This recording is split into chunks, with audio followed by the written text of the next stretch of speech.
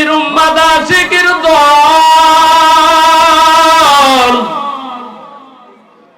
ভালো করিয়া বুঝুর যুবক, এই দুনিয়ার মধ্যে তোমার মতো কত যুবক ছিল যারা চিন্তা করছে আল্লাহর হুকুমে ওই দিকে পা বাড়াইবে না। 50 বছর টার্গেট করিয়া রাখলো, না না 50 বছরের আগে যাবে না, 50 বছরের আগে মারাও যাবে না। কিন্তু আমার আল্লাহ রাব্বুল আলামিনের হুকুম হয়ে গেছে। এ যুবকের দল তাকায়া কি দেখছো রে যুবক? ওই যে কয়েক বছর আগের ঘটনা, বেশি দিন দূরে নয়, কয়েক বছর আগের যুবক ঘটনাটা লেখা নাও। ও যুবক, এই ঘটনা তোমার বেলায় হইতে পারে। কয়েক বছর আগে যুবক বিদেশ 15-14 বছর পর্যন্ত বিদেশ করলো। হঠাৎ করিয়া মার কাছে ফোন দিছে, মা গো এত বছর পরে তোমার কাছে আমি দেখা করতে আসতেছি। এইবার মা কয়, বাজার 15টা বছর পর্যন্ত কত ঈদের নামাজের মধ্যে মানুষ গেল, রোজার ঈদ গেল, কোরবানির ঈদ গেল, ও আমার সন্তান এর ভেতরে একটা ঈদের মধ্যেও আমি মা ভালো করে আনন্দ করতে পারি নাই। তবে বাবা সাবধানে তুই আমার কাছে আসবি, কিছুই চাই না, 15টা বছর পরে তোর আমি একটু চেহারা দেখতে চাই। যদি তোর চেহারাটা দেখতে পারি আর কিছুই আমার লাগবে না, আমার স্বর্ণ গয়না কিছুই চাই না। ও যুবক ভাই, এখনো যার মা আছে, যদি তুমি বাড়িতে যাওয়ার যদি ইচ্ছা করো, বলবা মা তোমার কি লাগবে, মা ডাক দিয়া বলবে, ও বাজান কিছুই তোর লাগবে না, একটা বার তুই আমার সামনে আইসা মা বলিয়া ডাক দিবি, আর কিছুই দরকার নাই, আর কিছুই লাগবে না।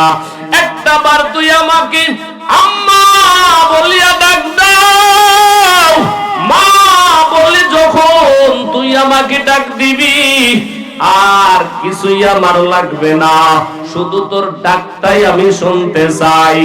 এইবার যুবক 15 বছর পরে মাকে দেখার জন্য এইবার রওনা হইল।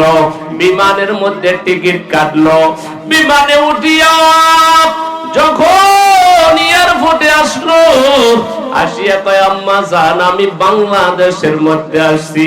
মা কয়, আমি সারাটা রাত্রের মধ্যে একটুও ঘুমাই নাই, কতক্ষণ যায় নামাজে দাঁড়াই আমি কান্না করি, কতক্ষণ সিজদায় পড়িয়া কাঁদি, আর আমার মালিকের বললাম, আল্লাহ আমার সন্তানটা কখন আমার এখানে চলে আসবে, কখন আমার সন্তানটা আমার কাছে আসিয়া মা বলে ডাক দিবে।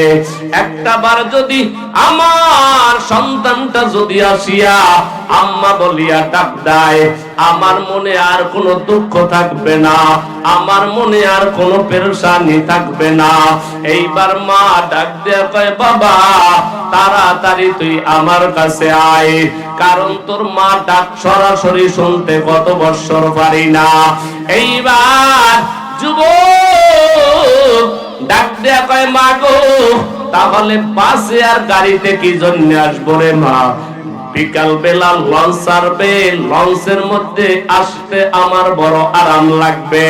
ও মা দোয়া কইরা দিও, আমি জানি সুন্দরভাবে এই তোমার সামনে আসতে পারি। তোমার জন্য কত কাপড় নিয়ে আসলাম, তোমার জন্য কত দামি দামি জিনিস নিয়ে আসলাম। এইবার সন্তান সদরঘাট থেকে লঞ্চে উঠলো, গন্তব্য স্থান হলো বরগুনা।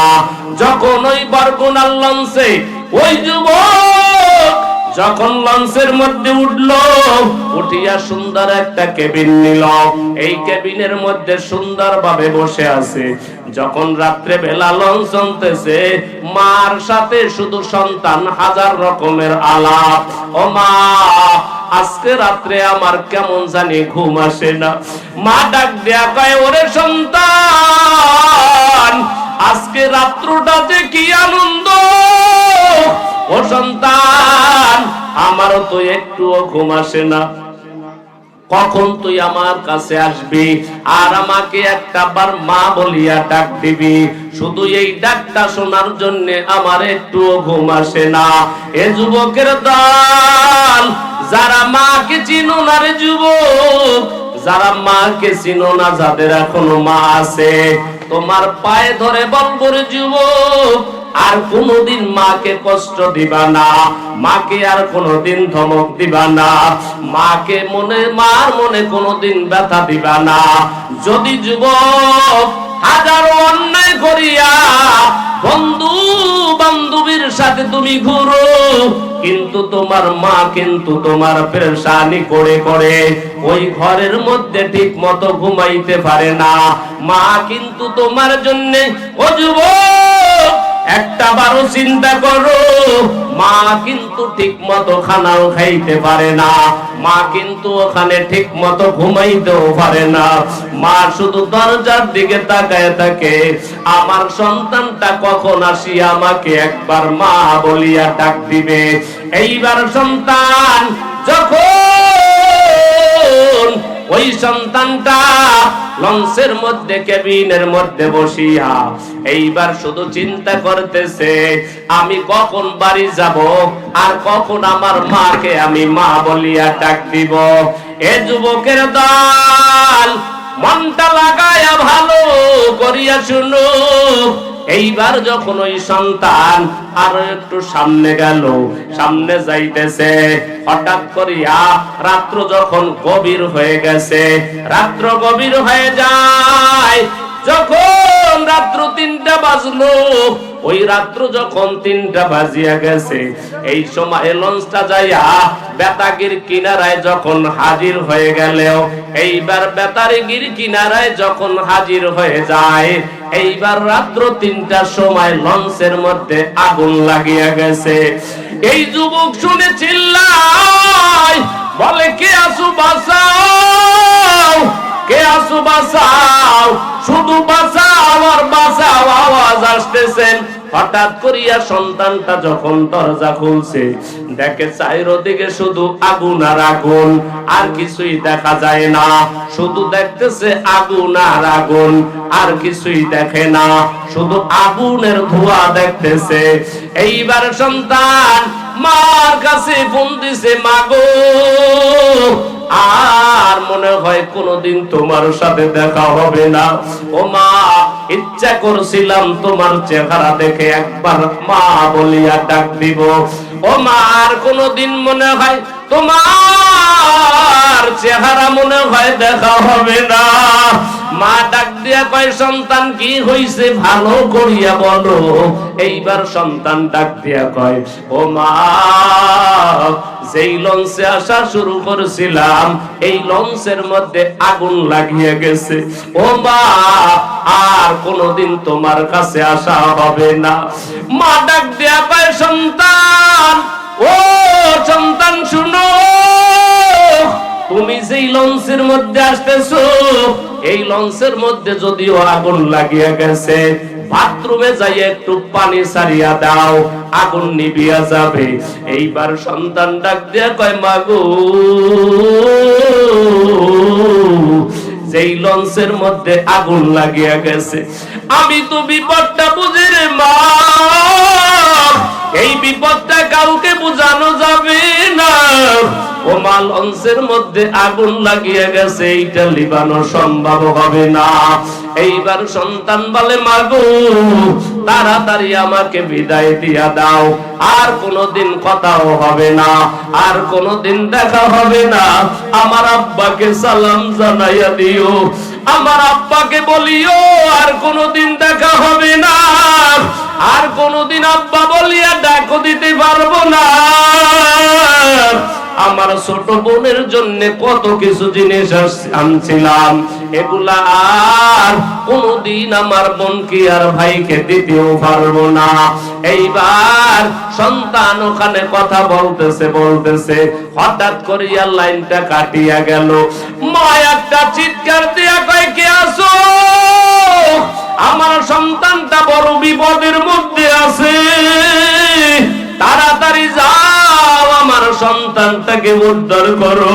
এইবার বাবা ঘুমের থেকে চিল্লায় কয়, কি হয়েছে? কয়, আমার সন্তান বড় বিপদে, আমার সন্তানকে তাড়াতাড়ি নিয়ে আগায় নিয়ে আসো। আজকে 15 বছর পরে আমার সন্তান আসবে, আমার সন্তানটা আমাকে মা বলিয়া ডাক দিবে, আর আমি প্রাণটা খুলিয়া আমি আমার মা সন্তানের মা ডাকটা শুনবো। কিন্তু মনে হয় আর মা ডাক শোনা হবি না, আর মনে হয় আমার সন্তানটা আসতে পারবে না, আমার সন্তানটা মনে হয় বড় বিপদে। ওই এলাকার যুবক ওই সন্তানটা লঞ্চের মধ্যে শেষ বিদায় নিল। এমন একটা সময় আসবে রে যুবক, মনে করছো আজকে মনে হয় আমি পোড়া হয়ে মারা যাব, আমার বাবা এখনো আছে, দাদা এখনো আছে।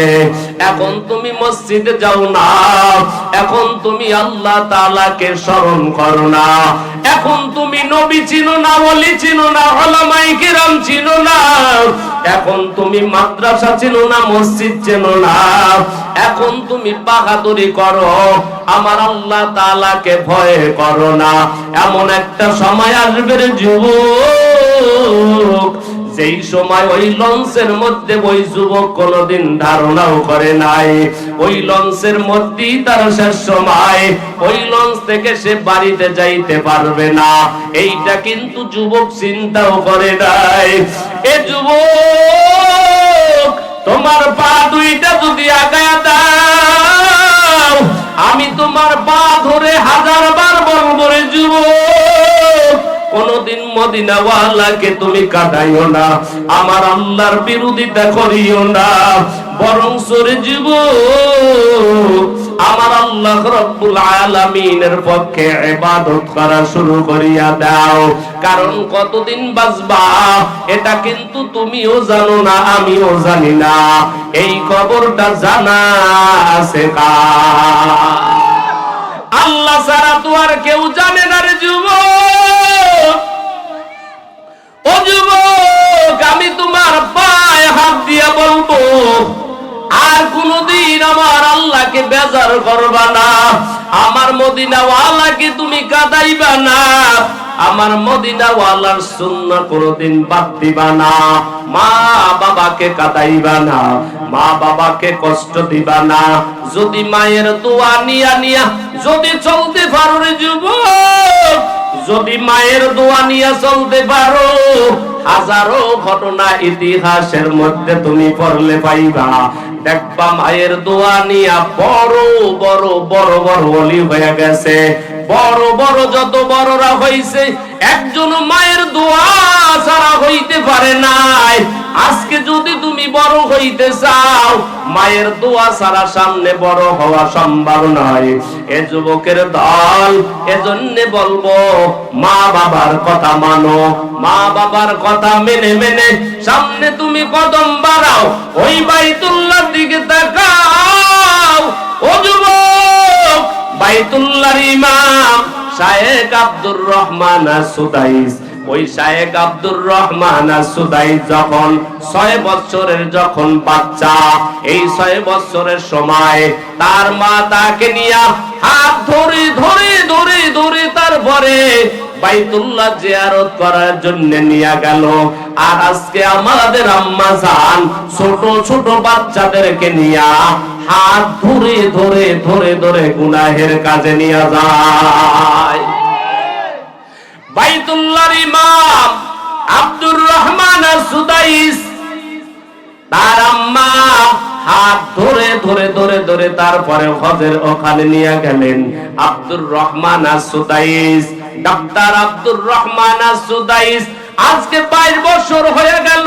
ও যুবক, তালাশ করে নাও, 22টা বছর হয়ে গেল বাইতুল্লাহর যিনি ইমাম শায়েখ আব্দুর রহমান আস-সুদাইস, এইবার ডক্টর আব্দুর রহমান আস-সুদাইসকে, ডাক্তার শায়েখ আব্দুর রহমান আস-সুদাইসকে সাংবাদিকেরা প্রশ্ন করলো, হুজুর আপনি বাইতুল্লাহর ইমাম কেমনে হইলেন? একটু আমাদের কাছে ঘটনাটা কইলা বলেন। এইবার ডাক্তার শায়েখ আব্দুর রহমান আস-সুদাইস ডাক দিয়া বলেন, ও সাংবাদিক ভাই, ভালো করিয়া শুনো, আমি কেমনে এই বাইতুল্লাহর ইমাম হইলাম? যোগ্যতার বাহাদুরিতে আমি ইমাম হইতে পারি নাই, আমার ইলমের যোগ্যতায় আমি ইমাম হইতে পারি নাই। যদি তোমরা জানতে চাও তাহলে আমি বলবো, আমি বাইতুল্লাহর ইমাম হইছি একমাত্র শুধুমাত্র আমার মায়ের দোয়ার কারণে। আমার মা আমার জন্য দোয়া করলো, আমার মা আমার জন্য দোয়া করেছে, এই দোয়ার বরকতে আজকে আমি বাইতুল্লাহর ইমাম। সাংবাদিকেরা কয়, হুজুর একটু খুলিয়া বলেন কেমনে আপনার মা আপনার জন্য দোয়া করলো? এইবার শায়েখ আব্দুর রহমান আস-সুদাইস বলেন, ও সাংবাদিক ভাই, আমার বয়স যখন 6 বছর হয়ে গেল, এইবার আমার মা আমাকে হজ করার জন্য ওখানে নিয়ে গেল।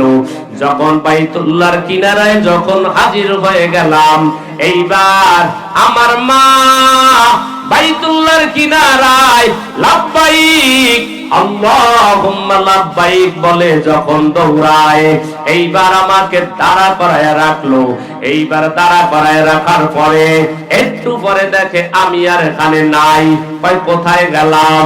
কয় আমি যাইয়া বাইতুল্লাহর ভিতরে যখন ঢুইকা বললাম, আমার মা আয়েশা কয় আব্দুর রহমান কই?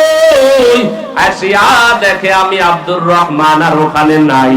যখন ভিতর থেকে আমার মা যখন আমাকে হাত ধরে বের করলো, ডাক দেয়া কয়, ও সন্তান, তুই তো জানো না এইটা কার ঘর? এটা হলো আমার আল্লাহর ঘর। এই আল্লাহর ঘরের সম্মান তুই ঠিক মতো করতে পারবি না, আল্লাহর ঘরের মর্যাদা তুই ঠিক মতো দিতে পারবি না।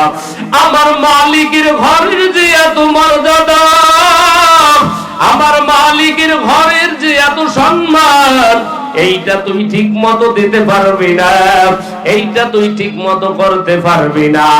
আমাকে হাত ধরে ধরে ওখান থেকে বের করলো। এরপরে আমার মা যখন লাব্বাইকে চক্কর দেয়, আবার আমি বাইতুল্লাহর ভিতরে ঢুইকা পড়লাম।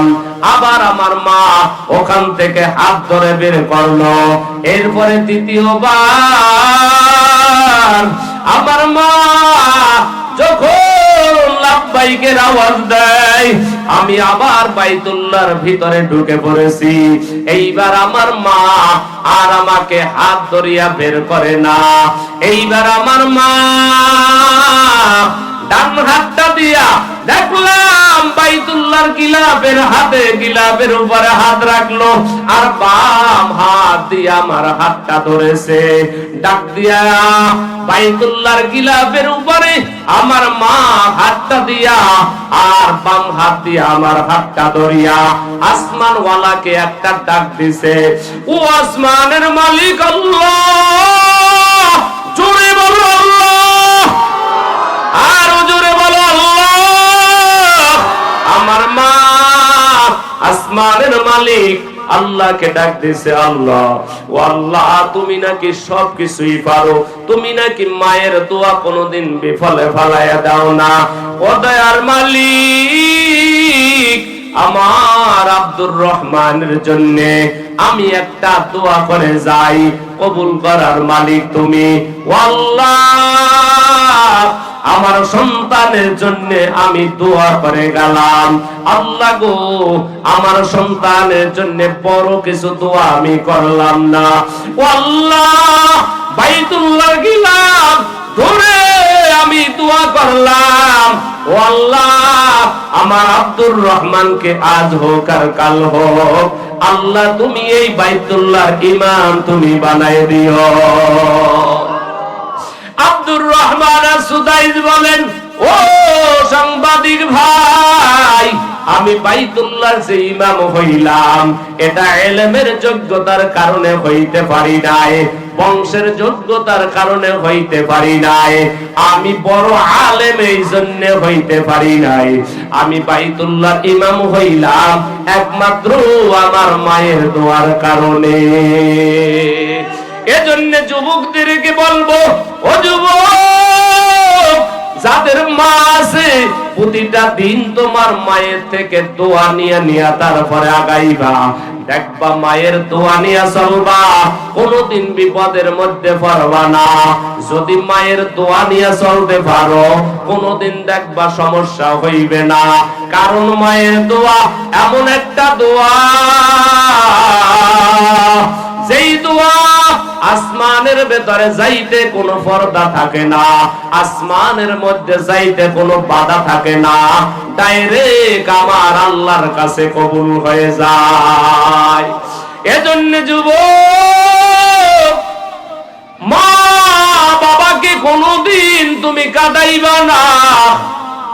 কোন দিন তুমি বুঝবারে যুবক তোমার বাবা কত বড় তোমার জন্য সার।